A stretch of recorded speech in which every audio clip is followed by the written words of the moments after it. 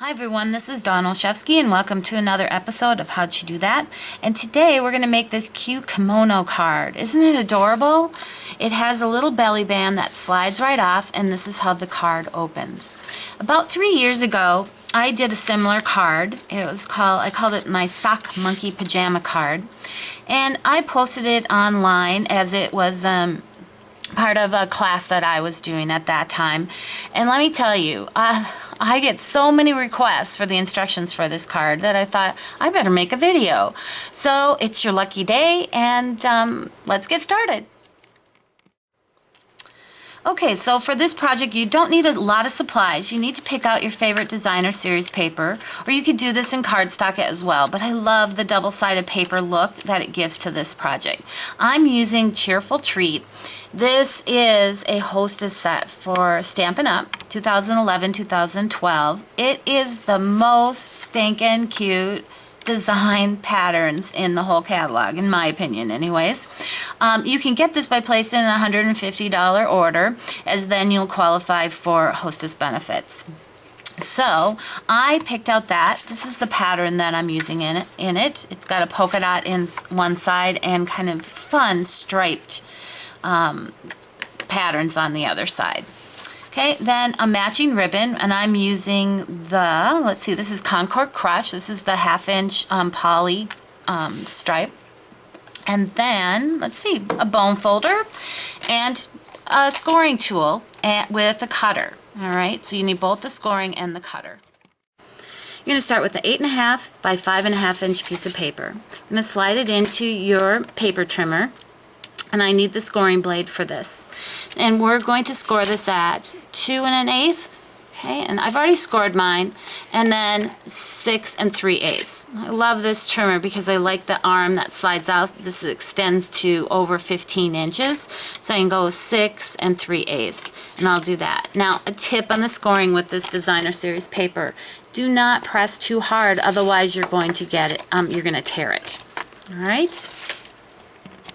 Okay, so once that's scored, what you want to do is you'll fold both sides inward into, this is like a gate fold.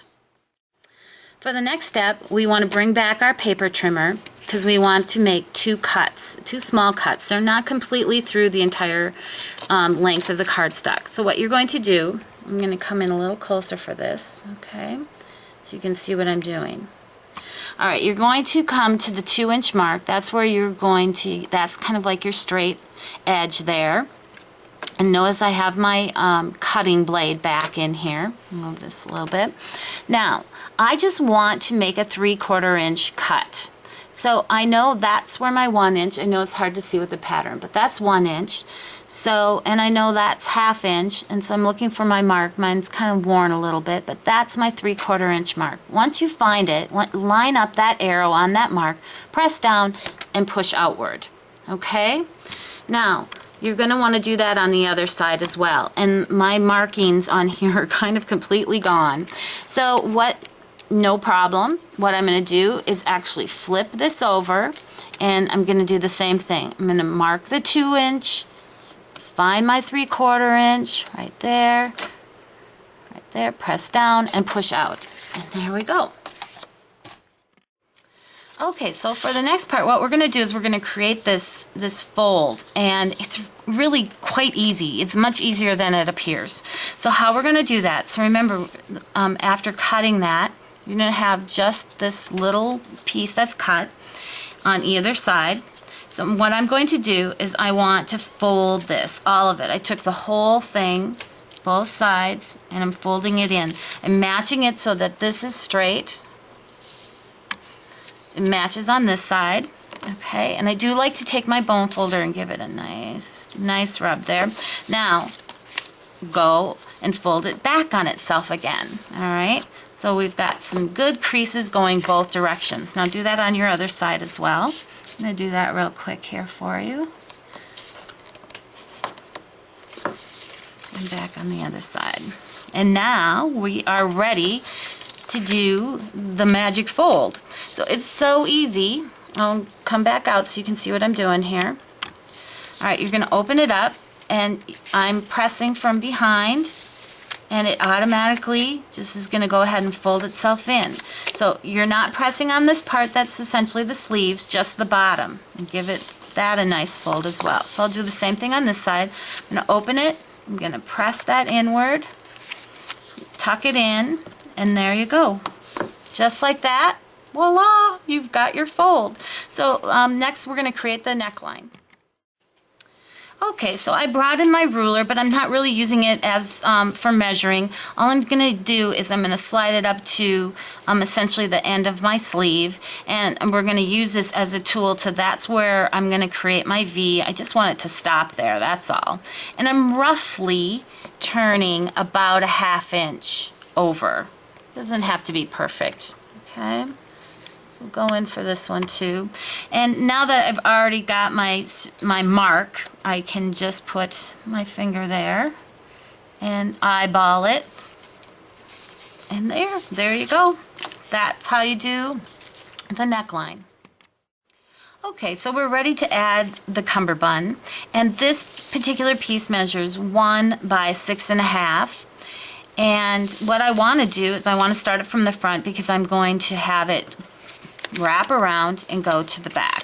All right, I'll just do this, fold it over.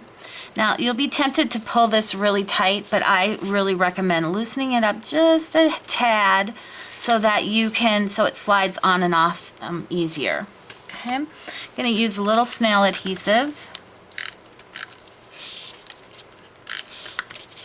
Okay, now we're only adhering it to each other, not to the actual kimono itself. So it should be able to slide on and off real easy. I'm just going to add some ribbon. Now, what I discovered with adding the ribbon and having this slide, the ribbon kind of wanted to just kind of come off on its own as I tried to slide it. So I'm just going to adhere the back only onto this. All right. And we're going to tie it in what's actually referred to as a square knot. It's right over left and under, and then left over right and under, and then I tend to pull a little bit more on my left hand side, and that's how you get a really nice square knot. Alright, so we'll just come in with my paper and craft scissors, which I actually refer to as my ribbon scissors, and I mark them that way. Everyone, nobody touches my ribbon scissors unless they're using it for ribbon. So there you go, isn't that adorable? Okay, so here's some suggestions for inserts. You can make an insert that measures 2.5 by 5 1/4, and you could adhere that in here. And this is what it would look like when it's closed up. So you can't see as much of that polka dot on the inside. And I kind of wanted to see more of that. So that's one option. The second option is this small little piece. It measures 2.5 by 3 1/4. And if you put that in here, just at the bottom, you won't see it at the top.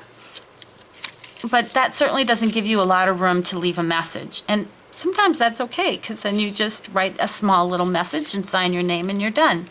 But if you have more to say, you can use this same approach, this 2 3/4, but I made it 2.5 by 6.5, and it opens then like a little card within your card.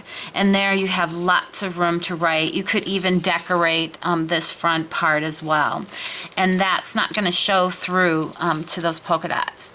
So there's some options for you. I hope you enjoyed the kimono card. Stop by my website at DOstamping with Dawn.com for more inspiration. Thank you.